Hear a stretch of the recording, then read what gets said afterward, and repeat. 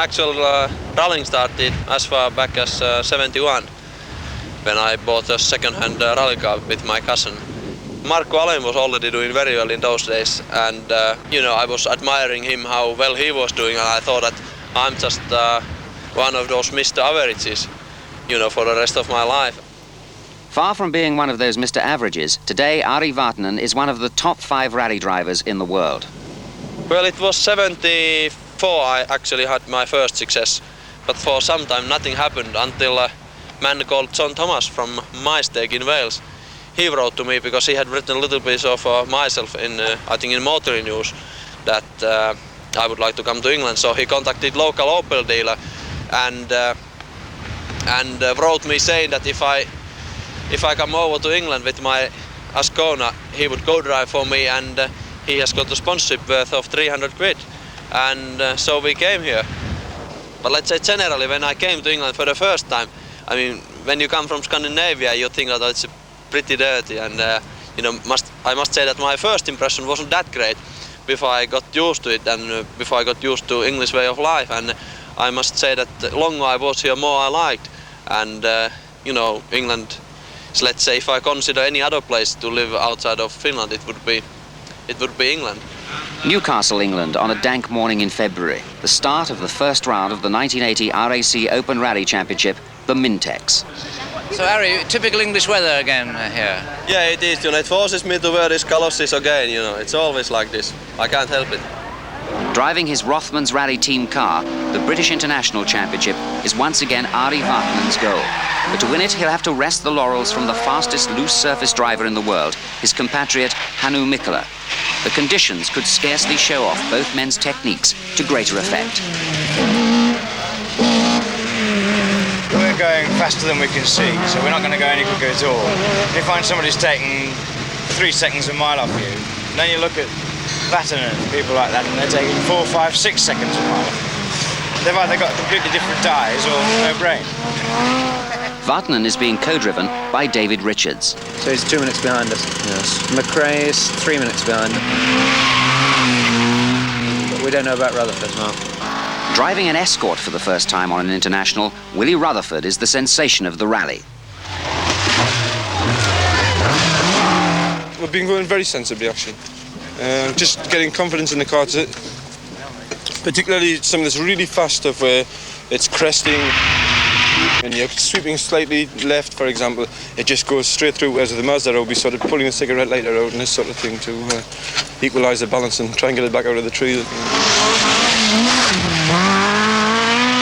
Henry, what sort of night have you had? Foggy. The fog's been the same for everyone, though. Yes, it is, but we are not using the maps.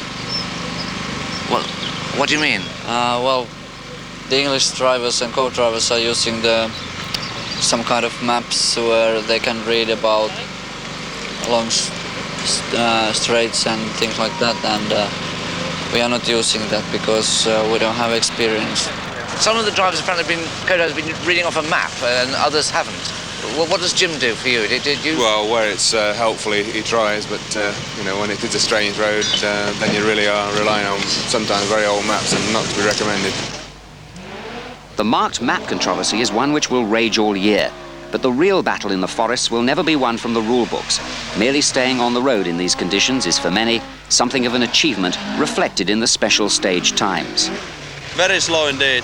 To start with because of the driver, and towards the end because of the terrible misty weather. The driver? Yes. I think I take up farming. But this is part of rallying, though. It is part of the rallying, but every coin has got 2 sides, hasn't it?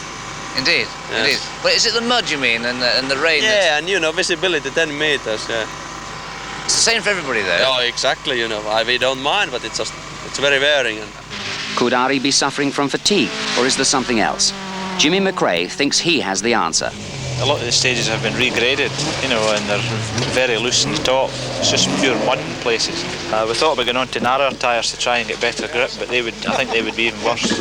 Tight timing isn't helping matters either. I think the organisers are trying to toughen up a bit, are they? So, yes, they're winning as well. The Mintex turns into a two-man battle, with Ari having to give best to Hannu. Do you know how far behind Hannu you are? 1.5 minutes at least. Are you just maintaining that gap? Yeah, just about. When Hannu doesn't take it seriously, then we can maintain the gap here. And when he takes it seriously, then he pulls away. Put it up to 10. It's just so good. Good, yes. Brilliant even. And in a forest escort, devastating to the opposition. Yet when it comes to opening the champagne, he's a non-starter, despite all the practice. Here we go. Obviously had a higher up. Now watch yourselves.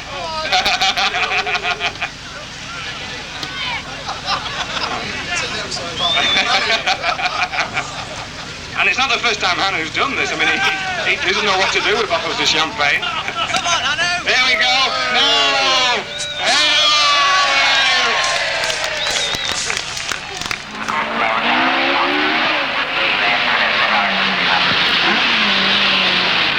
I was told that there's only one rally driver in England, Roger Clark, in those days. But then there turned out to be a couple of other ones as well. But I should say that in those days, particularly, the standard of rallying, forgetting those few top ones, it wasn't that high in England. So it was relatively easy to get on well.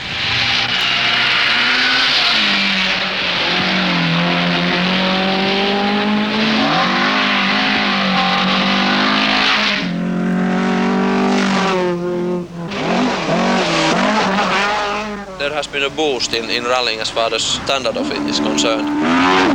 There are more teams around in England, particularly. In those days it was only Ford and nothing else really. But now we have many other teams, which is of course good for the sport. But on the other hand, the cost of this rallying is really escalating, so it's much harder for private driver. Some of the finest rally cars of recent years have been built and rebuilt here. From his workshops in West London, David Sutton has developed a thriving international business for producing top-class rally cars. After the tarmac, we'll go. In 1980, he manages the Rothmans rally team. Okay. David, this is Ari's car, is it, for the RAC, is it? Yes, this is the actual car I'll be driving. You've had a very successful year with Ari this year, haven't you? Well, he's had 8 second places, and we think that it's reliability and consistency that win championships. So we're very satisfied with his results indeed. In fact, this has got to be one of your best ever seasons. It's the best year we've ever had in the history of the company, yes. We try and give him everything that he wants. We know the specification that he likes to have, the type of steering wheel he likes, the type of suspension or engine specification he likes. And once he's sat in the car and tested it, he rarely complains at all throughout the event. What particular things does he like then? Well, what are his special things you have to do for him? He's very fussy about the position of his seat because he's very tall and very slim. He's very fussy about the position of the pedals because he's got long legs. And he's very particular about the position of his steering wheel because on some steering wheels his legs in fact do come up behind the steering wheel.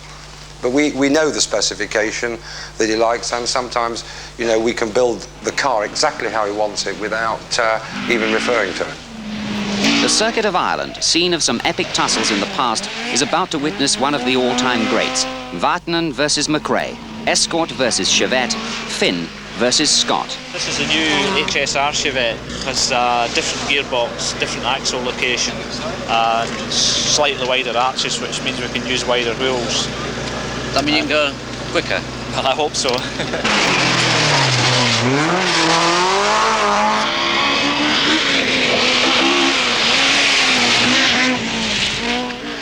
A dusty duel in the sun unfolds through the pastoral lanes of Ulster and Eire, spurred on by huge support from every bank, hedgerow and vantage point. Yet despite the pressure, Vatanen still seems to have time to pose for photographers and wave at the crowd, which is all very well and very endearing, but if you're not very careful...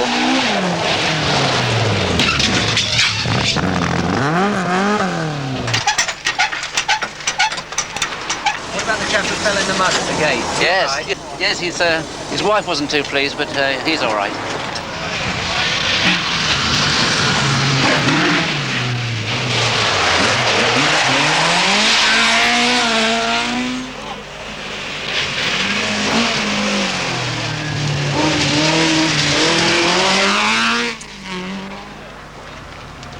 What sort of day have you had anyway? Very warm, nice, fast. Losing a little bit to Jimmy McRae. Why? Because he's driving so well. Very well indeed. He's a very good driver, particularly seems to be here in Ireland. And of course, car is up to his capabilities as well. Psychologically, when there's somebody ahead, does that urge you to go quicker? I think so. I think it does. You know, it gives you that wee bit, especially when they're running in front. You know, you've got the benefit of knowing that if they've made a mistake, then at least you can slow back. Whereas if they're running behind you, you don't know what they're doing. This morning you've been consistently taking time off him, have you? Yes, I think with the exception of 2 stages, we've taken time off him in each one. That's it.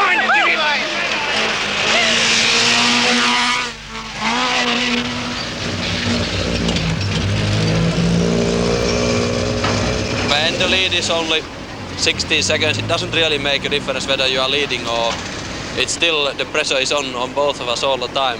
So I cannot really, relax.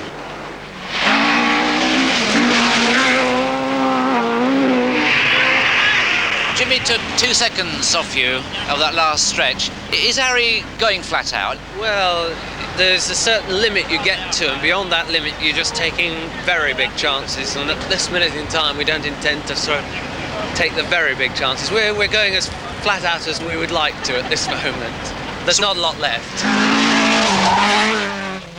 The pressure's on Ari at the moment to stay in front, but I think if we can overtake him, then certainly the pressure will be on me. But I think I'll be, confident that we can keep these stage times up. What's Harry like to be with under a situation like this? He's very cool, he's very calm about it and very, thinks about things. So nothing's irrational. It's all sort of right, let's not get too worried about it. And no, very sensible.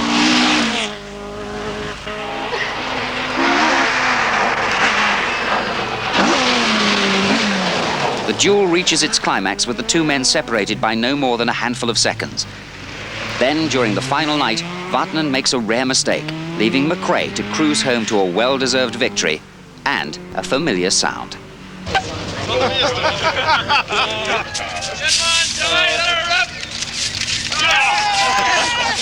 There's been rumours lately that you're beginning to lose interest in rallying. Is this true? Well, if one journalist writes in one paper that I'm getting disinterested, that's not the end of the world, is it? And but of course, rallying has never been the most important thing in my life. And it's definitely not now. What is the most important thing then? In my life, my faith, the God. That's where your life can be grounded, not on rallying. Ari, at 28, is now a family man. At the age of 27, he married Rita. And on the 7th of May 1980, the eve of the Welsh Rally, Ari became a father. It is sad in a way that I have to be so much away from home, but on the other hand, this is really the only work I can do and I'm able to do at the moment. I can't imagine of being in any other kind of job. So I have to sacrifice a little bit for this. But when I get home, I just simply try to spend time with my family, and I want to spend as little time as possible outside of home, really. The return of the proud father to Wales was accompanied by more than just the usual dust, noise and mayhem of modern rallying. For Ari had brought with him a new determination. Hannu Mikkola was again his biggest threat. We are fighting with Ari very much, and he's leading a few seconds now. I was trying to suggest that he would hold these positions till the end of the rally, but Hannu didn't agree. Maybe he's going to have a go at me. But at the moment you're managing to stay ahead though, obviously. Well, 4 seconds is absolutely nothing, but keeps it exciting.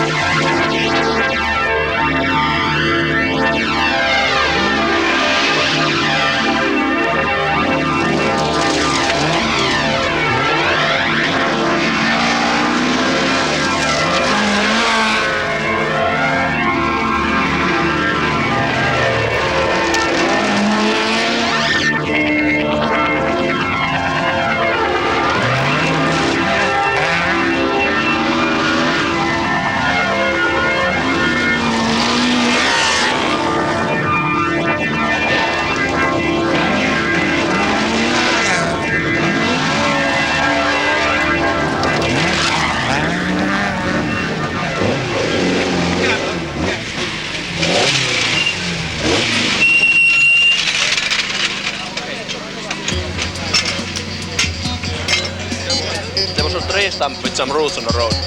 So I hit it and Hannu hit it, and so we have identical driving lines. Where was this? Rundown. If you want to try them, Or Ratnau, something like that. we've got some clear lens if you want to try them later. Okay.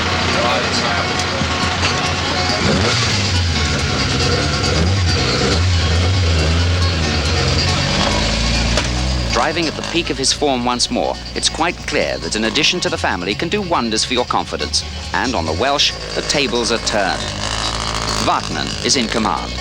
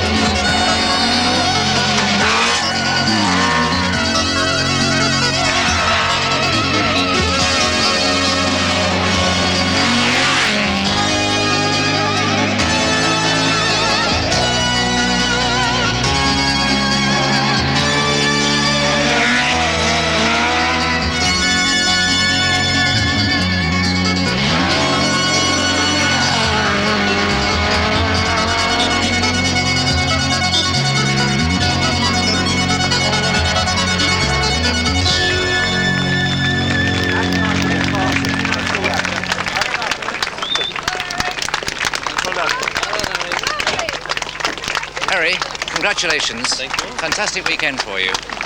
Your wife gives birth to a baby, a girl, now you win the Welsh Rally. How do you feel? Yeah, well, I mean, anybody can win the Welsh Rally, but to have a 9.5 pound, girl, that's something. Yeah. I have always said that I don't really have, ambitious in a way you mean it. I just want to do my job as well as I can, and if I then, manage to win the rallies, if I manage to win the World Championship one day, I don't mind the other side effects, but I take every rally as it comes and I try to do my best at that point of time. Here we go, folks. Ari's best will lead him to the top, but he has to consider his path beyond there. My father was a farmer, and when you are a farmer, you are part of nature really. You plant your crops and things, and you see them grow, and you cannot really say that how well you want them to grow. You really feel that then the life is in a bigger hand, and when you get the harvest, you really feel satisfied, and that is the sort of work I would like to do later. Do you think a lot of people are missing a lot out of life then by not having your outlook? Well, it's I'm not the one to judge anybody else's life, but that's how it has turned out to be in my case. But let's say generally that people miss out if they don't stop to think about life. Ari consolidates his Welsh victory by winning the rugged Acropolis and then returns to the Scottish. Ari is in very good mood to drive, and this bad luck he had very long time. I think he has sorted out his driving, and he has got the confidence, so he will be really a difficult man to beat. Hannu is incredibly difficult to beat, even if we could beat him, and it's more important the championship situation on this rally for us. So you're hoping to clinch the championship impact on this event? Well, I must admit, it would, I could secure it here. Two events that I was set out to win this year was the circuit and this one, so we've got the circuit over. We're going to try hard for this one. 5, 4, 3,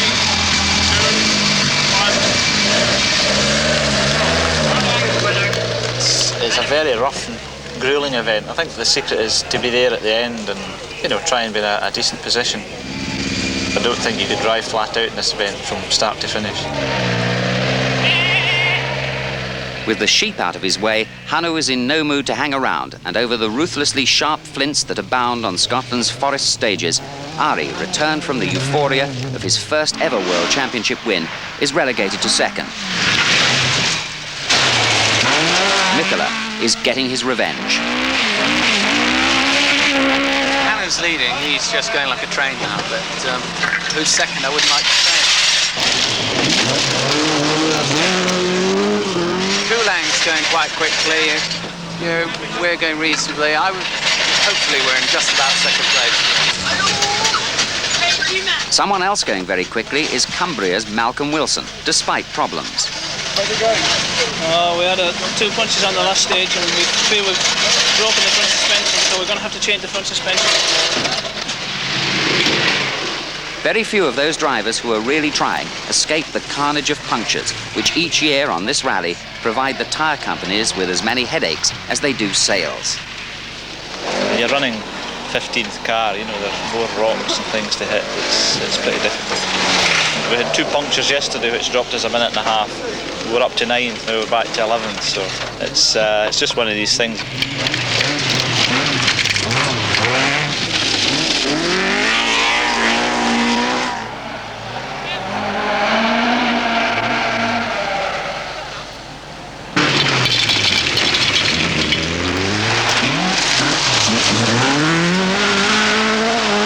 The strain of a grueling drive overnight, combined with the after effects of the tough Acropolis rally the previous week, begins to show as Ari arrives at the breakfast halt early on Sunday.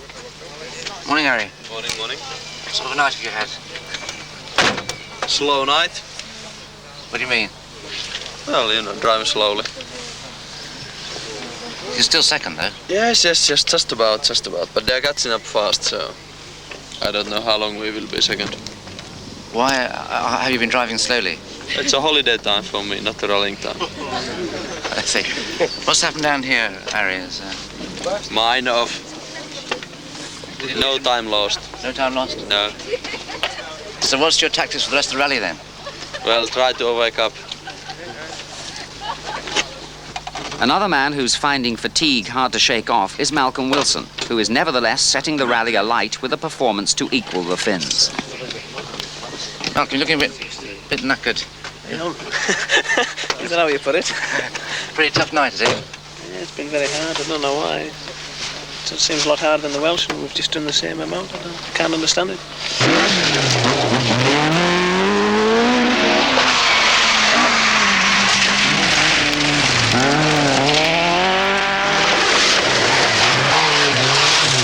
If the Scottish rally is taking its toll of drivers, then so too is it taking its toll in mechanical terms. Special Stage 21 begins to resemble a parking lot for broken down rally cars. As first, the Saab of Stig Blomqvist expires with a broken drive shaft.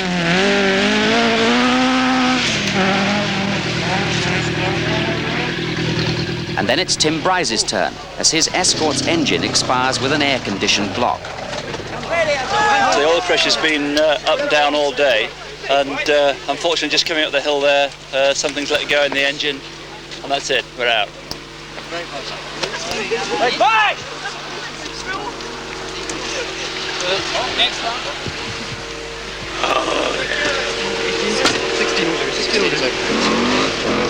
As Roger Clark's TR7 goes by, Blomqvist's Swedish co-driver Bjorn Cederborg is acting as part-time traffic warden. Oh, we can park at least 3 more here.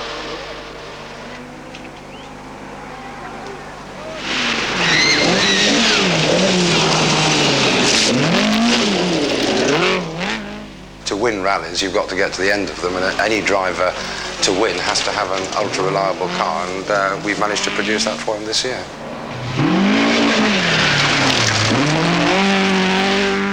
To start with, I wasn't very interested in driving. I must confess that.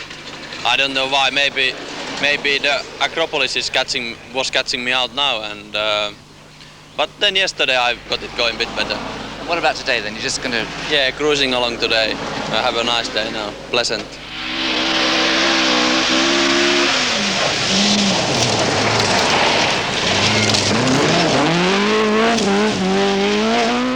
Would you have liked to have increased your lead on Ari then, if you could have done? Not really, but you know, it's 2 minutes, a little bit over 2 minutes. It's just the time what it takes to change the tire.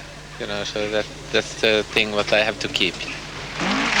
The champagne is only just around the corner for Hannu, but as he heads towards another grueling session with the cork, the Rothmans Manx will mark the finale to Vatanen's triumphant year.